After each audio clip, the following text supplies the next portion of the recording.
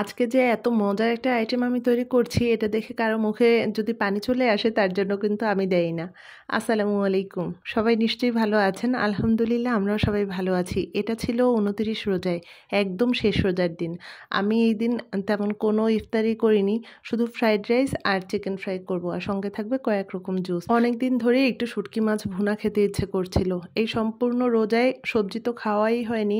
আর সন্ধ্যা রাতে তো ভাত খাওয়া হতো না। ইফতারের পরে আমাদের বাসায় কেউ ভাত খায় না। একদম ভোর রাতে আবার একটু ভাত খায়। তো ভোর রাতে বাচ্চারা সবজি খেতেই চাইতো না।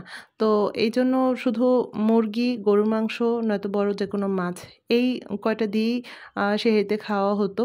সবজিও খাওয়া হতো না বা ভর্তা, ভাজি, শাক এগুলোও কিছু খাওয়া হতো না।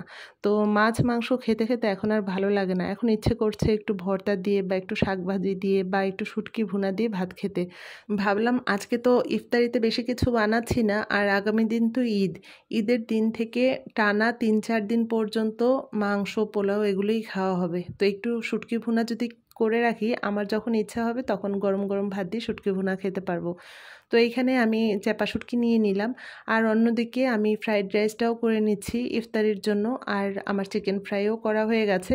যেহেতু ওগুলো সবসময় আমি দেখাই, তাই আজকে আর ওই ভিডিওগুলো ধরে রাখিনি।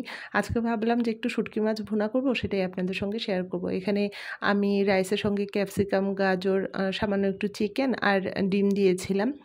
আর এরপরে আমি ইফতারিটা গুছিয়ে রেখে শুটকি মাছ ভুনা করতে চলে আসলাম। এইখানে আমি বেশি করে তেলের মধ্যে পেঁয়াজ দিয়ে দিয়েছি। একদম আধা কেজি পরিমাণে পেঁয়াজ হবে। কিপটা মানুষরা কিন্তু শুটকি মাছ খেতে পারে না, জানেন? শুটকি মাছে যেমন তেল, পেঁয়াজ, রসুন এই ৩টা অনেক বেশি লাগে। তো এইখানে আমি পেঁয়াজটা খুব ভালোভাবে ভেজে নিচ্ছি। পেঁয়াজটা একটু নরম হয়ে যাওয়ার পরে তারপর শুটকি মাছটা আমি দিয়ে দেবো। আর এইখানে আমি প্রায় ২৫০ গ্রামের মতো রসুন নিয়েছি। রসুনগুলো মাঝখান থেকে একটু ভাগ করে নিয়েছি। এই রসুনগুলো সেদ্ধ হবে, তবে ভেঙে যাবে না। আর শুটকি মাছে রসুন দিতে হয় অনেক। রসুন বেশি দিলেই ভালো লাগে। জানি না অন্যরা শুটকি মাছে এত রসুন খায় কিনা, তবে আমি শুটকি মাছে অনেক বেশি রসুন খাই।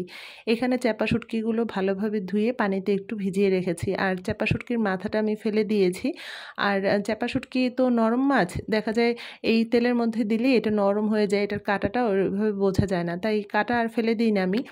এই পেঁয়াজের সঙ্গেই আমি মাছটা খুব ভালোভাবে ভেজে নিচ্ছি। ভাজতে, ভাজতে মাছটা একদম গলে গিয়েছে, পেঁয়াজের সঙ্গে মিশে গিয়েছে। আর পেঁয়াজটাও একটু লাল, লাল হয়ে গেছে। তো এই মুহূর্তে আমি রসুনগুলো সব দিয়ে দিলাম।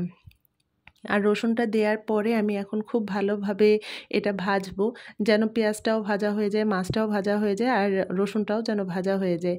তো এই মুহূর্তে আমি পরিমাণ মতো একটু লবণ দিয়ে দিলাম। লবণটা দিয়ে আরও কিছু সময় ভাজবো। আর যখন দেখবো যে পেঁয়াজগুলো খুব ভালোভাবে ভাজা হয়ে গেছে, তখন আমি সামান্য একটু পানি দিয়েছি। পানির পরিমাণটা খুবই কম দিয়েছি। আর অল্প একটু হলুদ দিয়েছি। হলুদ কম, তবে মরিচ দিয়েছি অনেক। ৫ চামচ উঁচু করে আমি মরিচের গুঁড়ো দিয়েছি। মরিচ এত পরিমাণে দিয়েছি যেন অনেক বেশি ঝাল হয় শুটকি মাছটা। আর এটার কালারটাও যেন একদম টকটকে লাল হয়। দেখেই যেন খেতে ইচ্ছে করে। তো এরপরে আমি আবার সেই মরিচের গুঁড়োটা দেওয়ার পরে পেঁয়াজটা খুব ভালোভাবে ভেজে নিচ্ছি। আর এই হলুদ মরিচটাও যেন খুব ভালোভাবে ভাজা হয়ে যায়। আর এরপরে আমি আরও একটু পানি দিয়ে দেবো। তো এরকম অল্প, অল্প পানি দিয়ে আমি বারবার এগুলো ভেজে নিচ্ছিলাম। আর আজকে এই শুটকি মাছ ভুনে আমি কাঁচামরিচ দিব না। অন্য সময় তো আমি কাঁচামরিচ দিই। আর এই শুটকি মাছটা আমি একদম বেশি করে ভুনা করছি, যেন অনেকদিন আমি রেখে, রেখে খেতে পারি। তো অনেকদিন যেহেতু এটা থাকবে বক্সে, তাই আমি কাঁচা মরিচটা দিব না। আমি শুধু শুকনা মরিচটা দিয়েছি। কাঁচামরিচ দেব না, তাই শুকনা মরিচের পরিমাণটা অনেক বেশি দিয়েছি।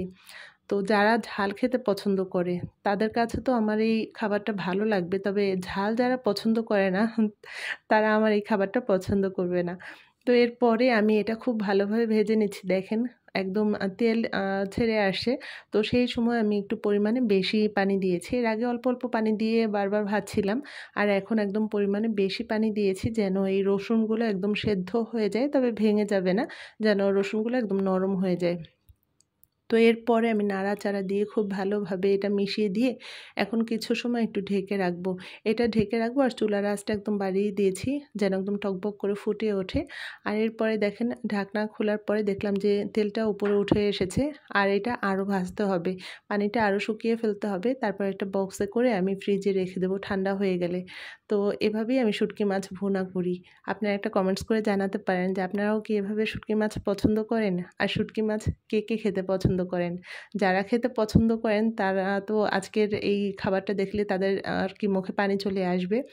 আর এরপর এই যে ইফতারিতে আমি ফ্রাইড রাইস, চিকেন ফ্রাই দিয়ে দিয়েছি। অন্যদিকে শরবত করেছিলাম, বেলের শরবত ছিল, কয়েক রকম জুস ছিল। এই দিয়েই শেষের দিনে আর কি ২৯ রোজার ইফতারিটা করেছি। শুটকি মাছ খেতে যারা পছন্দ করেন আজকের ভিডিওতে তারা একটা লাইক দিতে ভুল করবেন না। সবাই ভালো থাকবেন। খোদা হাফেজ।